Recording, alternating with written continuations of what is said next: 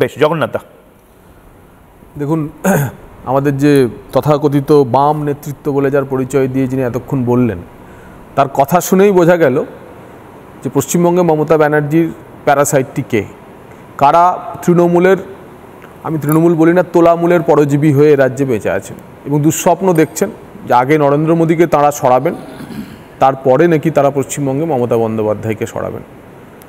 তো এই স্বপ্ন দেখে যাওয়ার জন্য তাদেরকে আমি আহ্বান জানাচ্ছি। কিন্তু আমরা আসছি তামান্নাদের কথা নিয়ে, আজকে আপনাদের যে আলোচনার বিষয়।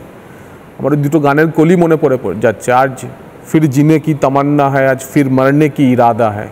হয়তো ওই ছোট্ট মেয়েটির সত্যিই বেঁচে থাকার প্রত্যাশা ছিল, কিন্তু আজ তাকে মরে যেতে হলো এই উদ্দাম উল্লাস, বিজয় উল্লাস তৃণমূলের।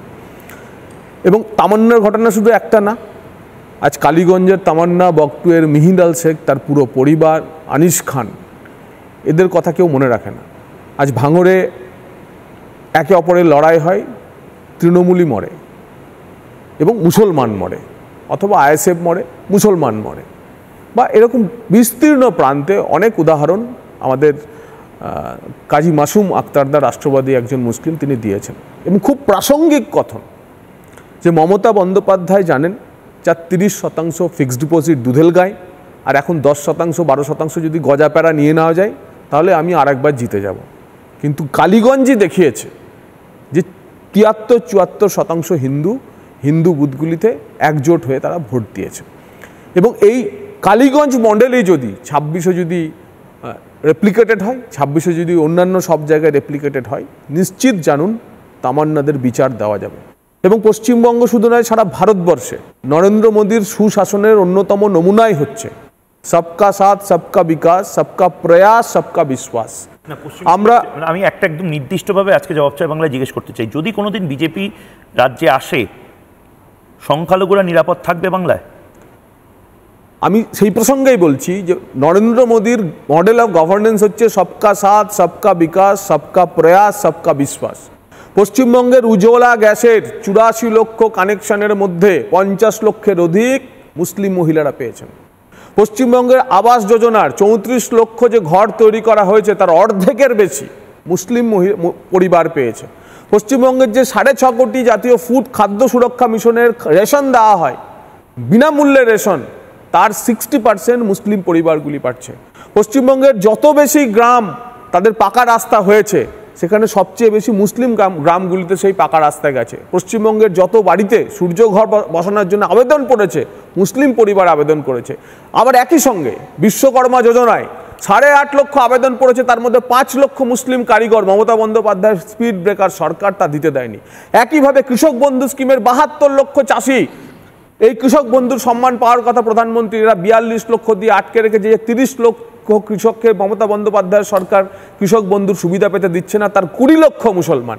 তারপরে একদিকে মমতা বন্দ্যোপাধ্যায় মোদীজির যে স্কিমগুলি সরাসরি পাঠানো গেছে তার অধিকাংশ হচ্ছে মুসলিম সমাজ, মুসলিম সমাজের পরিবার। কেন না, তার কারণ হচ্ছে সোশিও ইকোনমিক স্ট্যাটাসের উপরে কেন্দ্রীয় স্কিমগুলি দেওয়া হয়েছে। পশ্চিমবঙ্গের মুসলমানরা 15 বছর মমতা বন্দ্যোপাধ্যায়ের সরকার চলার পর গরিব থেকে গরিবতর হয়েছে।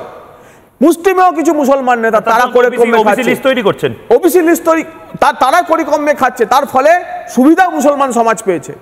এবং গভর্নেন্সের ক্ষেত্রে না আসাম, না উত্তরপ্রদেশ, না গুজরাট, 25 বছর ধরে গুজরাতে সরকার চলছে, কেউ অভিযোগ করেছে তাদের গুজরাট থেকে অন্য জায়গায় চলে যেতে হয়েছে।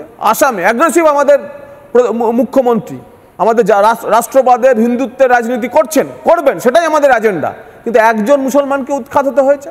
উত্তরপ্রদেশ, হ্যাঁ বুলডোজার আমরা চালাবো যদি কোনো জায়গায় এনক্রোচমেন্ট হয়, কিন্তু যোগীজি কোনো মুসলমানকে পাঠিয়েছেন, তড়িপার করে দিয়েছেন? করেননি, করবেনও না। ভারতবর্ষে থাকা ভারতীয় মুসলমানদের পশ্চিমবঙ্গের বুকেও কোনো চিন্তা করার কারণ নেই। কিন্তু মিহিলাল শেখ, তামান্না, আনিস খানদের পরিবারদের বুঝতে হবে। এবং এই মুসলমান ভোট ব্যাংকে দুধেল গায়ে বলে অপমান করার পরেও মুসলিম সমাজের কোনো নেতা এই নেতৃত্বকে ক্রিটিসাইজ করেন, এই নেতৃত্বের সমালোচনা করে না। আজ আওয়াজ উঠতে হবে মুসলিম সমাজ থেকে। আজ রাষ্ট্রবাদী কাজী মাসুম আক্তারদের ঘরে ঘরে প্রচার করতে হবে। এরকম কাজী মাসুম আক্তারকে প্রতিটি মুসলিম গ্রাম থেকে বেরিয়ে আসতে হবে, তাদের বলতে হবে আমরা দুধেল গায়ে হয়ে আর থাকবো না, আমরা মমতা বন্দ্যোপাধ্যায়ের বিরুদ্ধে লড়াই করব। এবং সেই লড়াইয়ে অন্যতম নেতৃত্ব তো দিতে পারতেন, ওদের না হয় বিজেপি নিয়ে অ্যাপাথি আছে। এই যে ধর্মনিরপেক্ষ দল তথাকথিত বাম, বাম বনস্ক, বাম যাই বলুন, বাম নেতৃত্ব। কোথাও দেখেছেন তাদের? কোথাও দেখেছেন তাদের? মমতা বন্দ্যোপাধ্যায়ের বিরুদ্ধে মুসলমানদের ভোট দেওয়ার জন্য বলে, কিন্তু মমতার পরজীবী হয়ে গত লোকসভা নির্বাচনেও আমরা দেখেছি যেখানে যেখানে বিজেপিকে হারানো যাবে সেই মতো তারা ক্যান্ডিডেট তৈরি করেছে। এখন তারা দুঃস্বপ্ন দেখছে বা দিবা স্বপ্ন দেখছে। প্রধানমন্ত্রী বলতে পারবেন যে অ্যাকচুয়ালি বামপন্থীরা বিজেপিকে হারানোর জন্য, মমতাকে সুবিধা করার জন্য বিভিন্ন জায়গায় ক্যান্ডিডেট দিয়েছে? দমদম, কৃষ্ণনগর, যাদবপুর, মথুরাপুর, যে জায়গাগুলিতে আপনি দেখুন, সুজন চক্রবর্তীকে কেন ওখান থেকে এখানে নিয়ে আসা হলো? মোহাম্মদ সাদি ক্যাম্পেন করেছে কৃষ্ণনগরে, কোনো মুসলমান পাড়ায় যায়নি, হিন্দু পাড়ায় ঘুরে ঘুরে ক্যাম্পেন করেছে। ভারতীয় জনতা পার্টি 20-21টির বেশি সিট পেত যদি তৃণমূল কংগ্রেসের টাকায়, আমি একদম এইভাবেই বলছি, তৃণমূল কংগ্রেসের দাক্ষিণ্যে তারা প্রচার এবং প্রার্থী না দিত। বড় কথা বলছি। নানা ধরনের কন্টেন্ট দেখার জন্য লাইক করুন, শেয়ার করুন আমাদের ফেসবুক পেজ, সাবস্ক্রাইব করুন আমাদের ইউটিউব চ্যানেল। পাশাপাশি অন্যান্য ব্রেকিং নিউজের জন্য অবশ্যই চোখ রাখুন রিপাবলিক বাংলায়।